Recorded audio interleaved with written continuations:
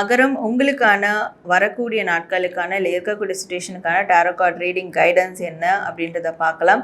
So அது மட்டும் இல்லாமல் உங்களுக்கு இப்போ இருக்கிற சூழலில் நீங்கள் எந்த முருகரை வழிபடலாம் அப்படின்றதையும் பார்க்கலாம். ஸோ ஃபஸ்ட்டு உங்களுக்கான டேரோ கார்ட் ரீடிங் கைடன்ஸ் என்ன அப்படின்றத பார்க்கலாம். ஸோ வரக்கூடிய நாட்களில் நீங்கள் உங்களை தனிமைப்படுத்திக்கிறது நல்லதாக இருக்கும் அப்படின்ற மாதிரி இருக்குது. ஏன்னா உங்களுக்கு சில நல்ல விஷயங்கள் உங்களோட லைஃப்பில் ஏற்பட இருக்குது.